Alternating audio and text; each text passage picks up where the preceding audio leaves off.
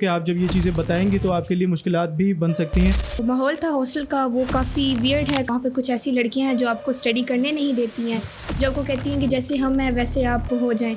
Hostel में चीज़ें वगैरह काफ़ी चोरी होती हैं कि आजकल की जो लड़कियां हैं वो चाहती ही नहीं है कि हमसे ऊपर कोई जाए। अगर कोई जा रहा है तो उनको खींच के नीचे गिराती हैं कि नहीं। मेन जो इशू होता है वो ये है कि टीन एजर्स के साथ बड़ी आंटियां जिसकी एज 35, 39 इतनी एज होती है, उनके साथ उनको एडजस्ट करना पड़ता है। तो लड़कियों की सोच और आंटियों की सोच में काफ़ी डिफरेंट होता है।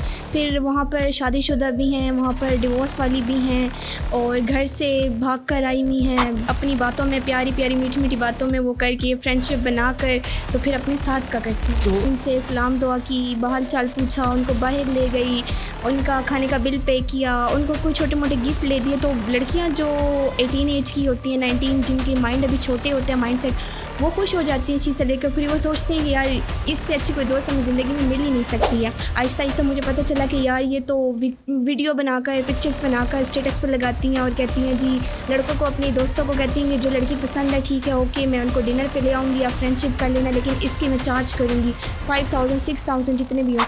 एक प्रॉपर रूम सेट किया जाता है, वहाँ पर लड़कियाँ रेगुलर की रूटीन पर रोज़ जाती हैं और पार्टीज़ करती हैं, नशे करती हैं, बहुत कुछ होता है हॉस्टल के अंदर।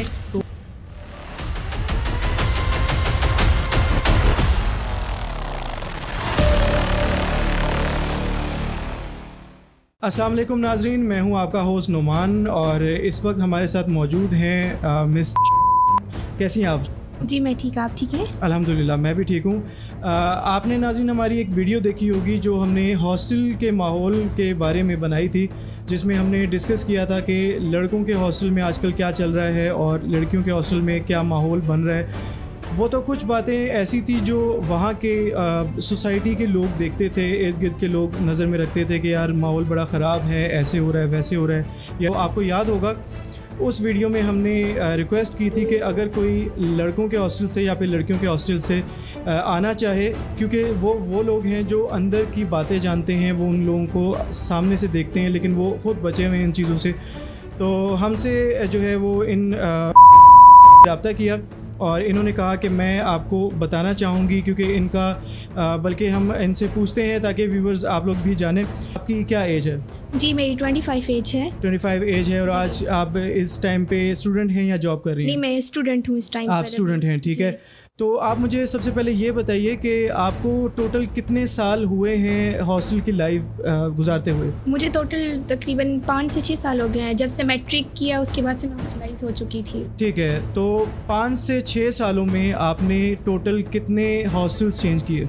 मैक्सिमम 6 to 7 हॉस्टल मैंने चेंज किए हैं। ठीक है, यानी कि नाज़रीन आप देख रहे हैं कि 5 से 7 सालों में इतने ही तकरीबन आपने हॉस्टल चेंज किए हैं। और ये तकरीबन सारे पंजाब साइड पर ही थे या कहीं और भी आपको जाना पड़ा? पंजाब ही साइड, पंजाब साइड पर ही थे, क्योंकि आपका ताल्लुक पंजाब से है मेरे ख्याल से। ठीक है, तो वैसे तो हम आपने क्योंकि आपने रिक्वेस्ट की थी और हमने भी ये कहा था कि हम आपके नाम को और आपके रिहाइश या इस जगह को जो है वो राज में रखेंगे, क्योंकि हम समझते हैं इस चीज़ को कि आप जब ये चीज़ें बताएंगी तो आपके लिए मुश्किलात भी बन सकती हैं। तो मैं सबसे पहले आपसे ये पूछना चाहूँगा कि हॉस्टल जो ज़ाहिर है आप लड़कियों के हॉस्टल में रही हैं इतने साल, तो ये इतने ज़्यादा हॉस्टल हर साल चेंज करने की ख़ास वजह क्या थी?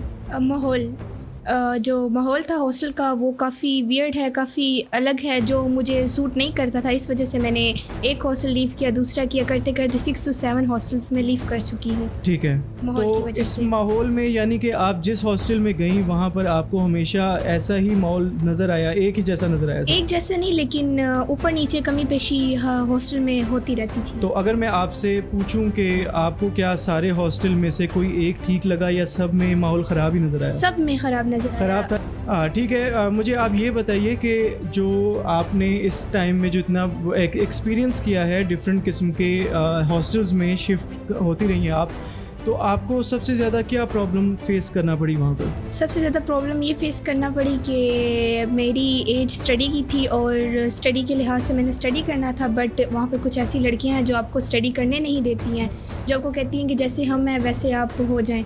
और पहली तो ये मुश्किलात, दूसरी ये कि हॉस्टल में चीज़ें वगैरह काफ़ी चोरी होती हैं, और तीसरी ये कि माहौल काफ़ी ख़राब है। लड़कियां पढ़ने आती हैं, जॉब करने आती हैं, बट माहौल वो उनको इजाज़त नहीं देता कि वो ये चीज़ें करें। अच्छा, तो हॉस्टल में चोरियां भी, यानी कि वो जो लड़कियां अंदर रह रही हैं वो चोरियां भी कर रही जी, वो होती हैं? चोरियाँ भी करती किस किस्म की चोरियां होती हैं? बर्तन की हो गई, कपड़े आपने वॉश करके ऊपर टेरेस पे डाले हैं वो ड्रेसेस आपकी चोरी हो गई, आपकी कबर्ड से आपकी चीज़ें चोरी हो गई। तो इसका चेक एंड बैलेंस नहीं है, कोई सिक्योरिटी नहीं है वहाँ पे? सिक्योरिटी नहीं होने की वजह से तो हॉस्टल चेंज करती हूँ मैं। व्यूवर्स, आप सुन रहे हैं कि हॉस्टल के माहौल पे तो हम बाद में अभी आएंगे ही, लेकिन मैं हैरान हूँ कि हमने उस पर अपनी पिछली वीडियो में डिस्कस नहीं किया क्योंकि हमें अंदर की बातें पता नहीं थी। और आप सुन रहे हैं कि चोरियाँ होती हैं, बर्तन, कपड़े और कबर्ड में आप जो भी डाल रही हैं वो चोरी हो रही है। तो अगर आप लॉक कर लें तो क्या लॉक भी तोड़ दिए जाते हैं? लॉक भी तोड़ दिया जाता है और लड़कियां लिटरली लॉक ओपन करके चीज़ें लेकर फिर न्यू लॉक लगा के चली जाती तो उसमें तो जाहिर है कैमरास भी यूज़ नहीं कर सकते, लेडीज़ हैं वो किस तरीके से हैं, तो वो तो अच्छी बात भी नहीं है। यानी कि ये तो बड़ा अजीब सी बात हमें सुनने को मिल रही है। अच्छा, इसमें आप मुझे ये बताइए कि कोई शरीफ लड़की आजकल के हॉस्टल के माहौल को अगर देखा जाए तो क्या वो अपने आप को बचा सकती है ख़राब होने से? 50% चांसेस है कि वो बचा सकती है, क्योंकि आजकल की जो लड़कियां हैं वो चाहती ही नहीं है कि हमसे ऊपर कोई जाए। अगर कोई जा रहा है तो उनको खींच के नीचे गिराती हैं कि नहीं, हमसे ऊपर कोई ना जाए। ठीक है, तो हॉस्टल में आपने जो चीज़ें फेस की हैं या फील की हैं, देखी हैं अपनी आंखों के सामने, तो आपने कुछ तो ऐसा होगा कि लाइक अगर मैं आपसे ये सवाल करूं कि हॉस्टल में किस किस किस्म के लोग होते हैं, सबसे पहले तो बल्कि आप हमें ये बताएं। हॉस्टल में सबसे मेन जो इशू होता है वो ये है कि टीन एजर्स के साथ बड़ी आंटियां जिसकी एज 35, 39 इतनी एज होती है, उनके साथ उनको एडजस्ट करना पड़ता है। तो ये मेन इशू होता है क्योंकि लड़कियों की सोच और आंटियों की सोच में काफ़ी डिफरेंट होता है। फिर वहाँ पर शादीशुदा भी हैं, वहाँ पर डिवोर्स वाली भी हैं और घर से भाग कर आई हुई हैं। डिफरेंट कैटेगरीज़ की वहाँ पर लड़कियाँ, आंटियाँ कह सकते हैं कि मौजूद होती हैं। इस वजह से लड़कियां जो टीन एजर्स होती हैं 18 से लेकर 25 की एज तक, वो उनका वहाँ पर रहना और ये सब चीज़ें देखना, फेस करना और ख़ुद को कवर करना मेरे हिसाब से बहुत मुश्किल है।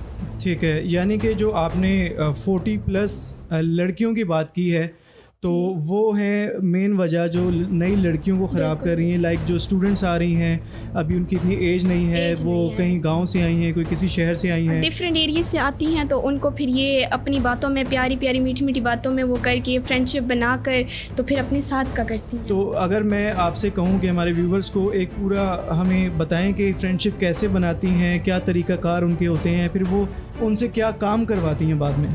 पहले तो ये कि जो हॉस्टल की ऑनर या जो वार्डन वगैरह जो हॉस्टल रन आउट कर रही हैं, उनकी ये गलती है कि वो टीन एजर्स को फिर उन आंटियों के साथ ही रूम में एडजस्ट करवाने को कहते हैं। तो फिर जब वो वहाँ पर जाती हैं, शिफ्ट होती हैं, देन वो फिर ज़ाहिरी बात, अब एक जगह पे इंसान रह रहा है, मुँह बंद करके तो नहीं रह सकता ना। बातचीत होती है स्टार्ट में, अव्वल तो फर्स्ट टाइम तो लड़कियाँ जो टीन एजर्स होती हैं वो ख़ुद को कवर करती हैं, लेकिन आहिस्ता आहिस्ता जी वो जो बड़ी आंटियाँ हैं एज की, वो उनसे सलाम दुआ की, बहाल चाल पूछा, उनको बाहर ले गई, उनका खाने का बिल पे किया, उनको कोई छोटे मोटे गिफ्ट ले दिए। तो लड़कियां जो 18 एज की होती हैं, 19, जिनके माइंड अभी छोटे होते हैं, माइंड सेट, वो खुश हो जाती हैं चीज़ से लेकर। फिर वो सोचती हैं कि यार इससे अच्छी कोई दोस्त हमें ज़िंदगी में मिल ही नहीं सकती है। तो फिर जो वो आंटियाँ जैसे कहती हैं वैसे वैसे वो लड़कियाँ चलती हैं। इसके अलावा वो इवन कि मैंने मतलब कि अपनी लाइफ का एक आपको सीन बताती हूँ कि मेरे सामने ऐसा हुआ था कि मैं हॉस्टलाइज जब फर्स्ट टाइम गई हूँ तो वहाँ पे मैं इसी तरह हुआ कि मेरी आंटी से दोस्ती हो गई। उन्होंने मुझे कहा जी आओ बाहर चलते हैं, ये करते हैं। मैंने कहा ठीक है ओके। आहिस्ता आहिस्ता मुझे पता चला कि यार ये तो वीडियो बनाकर, पिक्चर्स बनाकर स्टेटस पर लगाती हैं और कहती हैं जी, लड़कों को, अपनी दोस्तों को कहती हैं कि जो लड़की पसंद है ठीक है ओके, मैं उनको डिनर पर ले आऊँगी, आप फ्रेंडशिप कर लेना, लेकिन इसकी मैं चार्ज करूँगी 5000 6000 जितने भी हों। इससे करते करते वो अपने हिसाब से अपनी उन लड़कियों को अपने साथ की रन आउट करती हैं कि यार ये भी हमारी ही कैटेगरी की हैं। यानी वो ये प्रॉपर वे में काम कर रही हैं, वो अर्निंग कर रही हैं इस चीज़ को लेकर, वो अर्न कर रही हैं। वो उनकी पिक्चर्स बना के लगा के जो उनके बॉयफ्रेंड्स हैं या सो कॉल्ड फ्रेंड्स हैं वो उन लोगों को दिखाती हैं और वो उस पर रेट बन रहे होते हैं कि मैं इसको लेकर आऊँगी तो इतने चार्ज करूँगी, इसको लाऊंगी तो इतने चार्ज करूँगी। प्रॉपर इस पर रेट बनता है, डिटेल में बात होती है, कन्वर्सेशन होती है, एक दिन पहले डिसाइड किया जाता है इस जगह पर जाना है, इस जगह पर नहीं, आपने ये बात करनी है। मतलब कि लड़की की हर वो पॉइंट लड़की को देती हैं कि जिससे लड़की उनकी उसमें पागल हो जाए कि हाँ ठीक है ये लड़का अच्छा है ये वो, तो उनसे वो फ्रेंडशिप कर ले। तो उनको लेकर जाएंगी खाना, जाहिर है वो लड़का जो भी आया है वो अपने साथ भी किसी फ्रेंड को लाएगा, वो खाना खिलाएगा। 2 से 3 मैक्सिमम लड़के के भी दोस्त आते हैं, लड़की भी यहाँ से 3-4 लेकर जाती है, फिर जो लड़के को पसंद आती है उसके साथ फ्रेंडशिप करवा देती हैं, सिंपल, और उसके भी फिर वो चार्ज करती हैं। बहुत अजीब सी बात सुन रहा हूँ मैं, और मुझे यकीन नहीं आ रहा कि लाइक ये तो हमने सुना था कि लड़का अपने दोस्त की दोस्तियाँ करवा लेता है किसी तरीके से, या लड़कियाँ भी करवा लेती हैं आजकल जो चल रहा है हमारे सोसाइटी में, लेकिन पैसे लेना और लाइक ये तो पूरा एक तरीका कार बन गया है।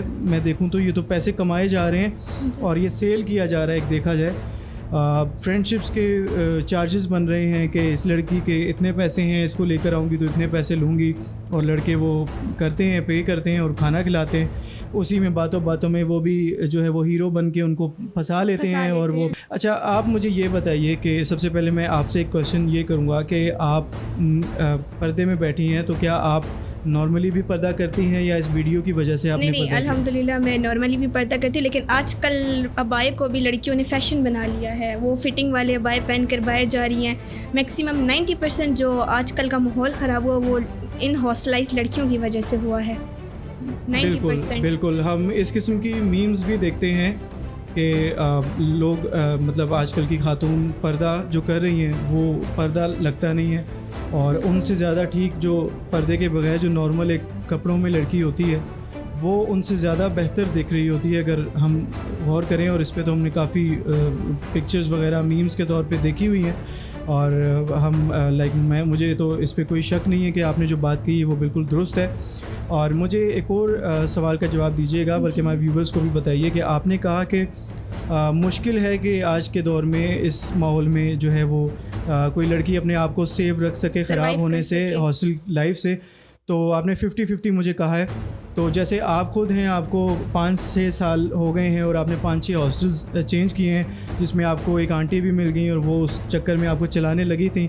तो आपने अपने आप को इस सारे प्रोपेगेंडा से कैसे बचाया, और वो बचाने के बाद लाइक स्टिल आप बची हुई हैं आप? वरना मैंने देखा है कि बहुत सी लड़कियां पर्दे में आती हैं और वो 1-2 साल बाद वो भी उन्हीं तरीके की ड्रेसिंग में आ जाती हैं, चेंज हो जाती है उनकी ड्रेसिंग, उनके काम बदल चुके होते हैं। तो आपने ऐसा क्या चीज़ है, आपने किस तरीके से, आपकी क्या कोई आपको गाइड कर रहा था या आपके अंदर ख़ुद दिमाग था, ऐसा क्या चीज़ है? मैं ये इस वजह से आपसे सवाल कर रहा हूँ कि बहुत सी लड़कियाँ हॉस्टल में रह रही हैं, शरीफ भी हैं, उन तक ये बात पहुँचे और वो आपको कॉपी करके वो अपने आप को बचा सकें। मेन चीज़ है कि आपकी पेरेंट की इज़्ज़त, ख़ानदान की इज़्ज़त, क्योंकि जितनी भी मैंने आपको बताई हैं आंटियाँ और इस तरह की लड़कियाँ होती हैं, ये भी मजबूरी के तहत आती हैं, क्योंकि उनको फैमिली की तरफ से एक सपोर्ट होती है कि यार अब हम आपको भेज रहे हैं तो आपने हमें पैसे कमा कर देने, अब वो आपका हेडेक है, आप जिस मर्ज़ी तरीके से उसको कमाएँ।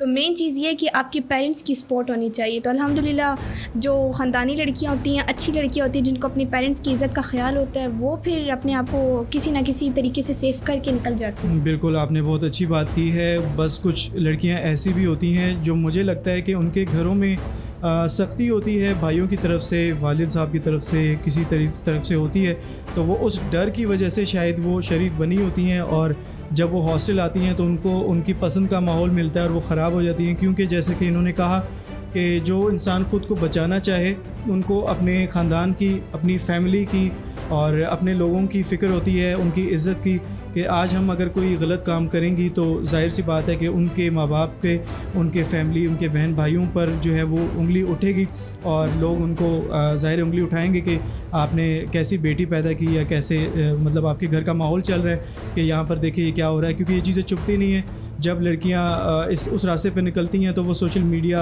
में इतनी ज़्यादा इन हो चुकी होती हैं कि वो फिर ज़ाहिर है पब्लिक हो जाता है सब कुछ, तो लोग देखते रहते हैं। मुझे एक बात बताइए कि हॉस्टल में वो किसी न किसी मालिकान का होता है, उसने वहाँ पर सर्वेंट्स भी रखे होंगे, एक मैनेजमेंट होगी। तो ये जो आपने माहौल बताया है, जो कुछ भी है, क्या ये सब बाहर ही हो रहा होता है या हॉस्टल के अंदर भी कुछ गलत हो रहा होता है? नहीं, हॉस्टल के अंदर ही स्टार्ट होता है, स्टार्टअप भी हॉस्टल के अंदर होता है, क्योंकि वो जो मालिकान हैं, जो हॉस्टल के ऑनर्स वगैरह हैं, वो ख़ुद जो लड़कियों के बॉयफ्रेंड होते हैं या इस किस्म के कोई दोस्त वगैरह होते हैं, वो ख़ुद उनके साथ दोस्तियाँ लगा के बैठती हैं, क्योंकि उनसे भी वो चार्ज करते हैं कि लड़की तो फ़ीस दे ही दे रही है, ये भी हमें फ़ीस देंगे ना। तो इस तरह करके वो हॉस्टल के अंदर, इवन के कुछ तो ऐसे हॉस्टल्स हैं जहाँ पर नशा भी एक आम है, वो ख़ुद ऑनर ला कर दे दे रहे होते हैं कि ये आपके बॉयफ्रेंड ने भिजवाया, ये आपके उसने दोस्त ने भिजवाया, ये उस लड़की को दे दो, ये उस लड़की को दे दो।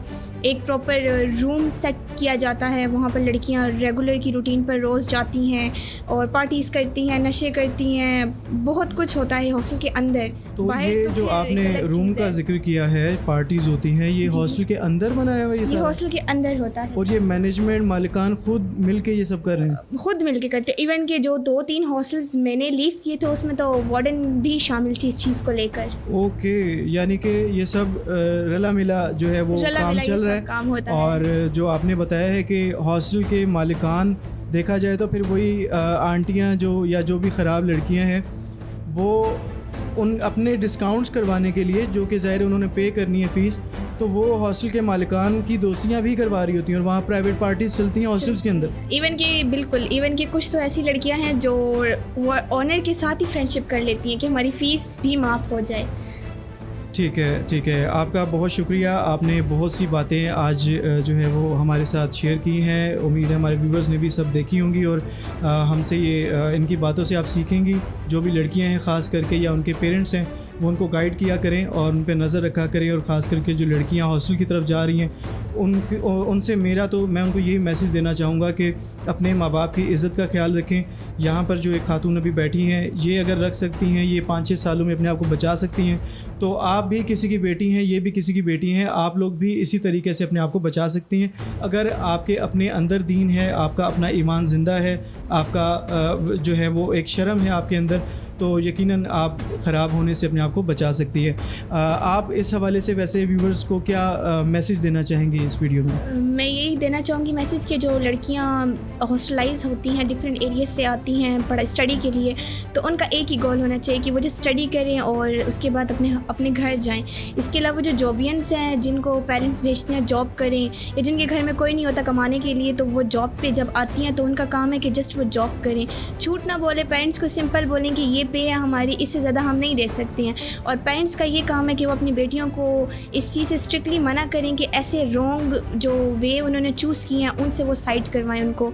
और जहाँ तक रह गई हैं ऐसी आंटियों की बात, तो मैं टीनेजर्स को यही कहूँगी कि अपने एज की लड़कियों के साथ फ्रेंडशिप करें, कभी भी बड़ी एज की लड़कियों के साथ दोस्ती ना बनाएं, क्योंकि आपका आगे फ्यूचर ख़राब होगा। उनकी ऑलरेडी लाइफ स्पॉइल हो चुकी है, वो आपकी भी करना चाहते हैं, क्योंकि कोई भी इंसान नहीं बर्दाश्त करता कि आप उनसे ऊपर जाएं।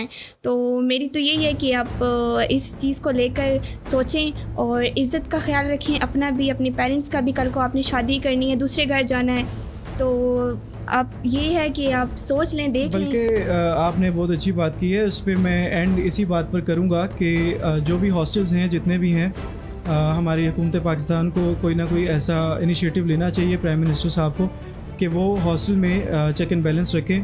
कोई ऐसा डिपार्टमेंट बनाएं जो कि वो चक्कर लगाया करें हर महीने, और अगर कोई लड़की तंग हो रही है, कोई माहौल ऐसा ख़राब हो रहा है, तो उस हॉस्टल को फौरी तौर पे बैन कर देना चाहिए। यही एक चेक एंड बैलेंस है, क्योंकि जो मालिकान हैं वो तो ख़ुद मिल के ये काम कर रहे हैं। तो हुकूमत पाकिस्तान अगर ऐसा एक्शन लेंगी और किसी एक भी लड़की के कहने पर और वो वहाँ कंप्लेन की जाए और एक्शन लिया जाए, तो मेरे ख़्याल से कि ये हॉस्टल का माहौल काफ़ी हद तक बेहतर हो सकता है। जो भी जॉब अच्छे तरीके से कर रही हैं या पढ़ाई के लिए आई हुई हैं, वो इन गंदे माहौल में जाने से अपने आप को बचा सकती हैं। आपका बहुत बहुत शुक्रिया यहाँ आने का।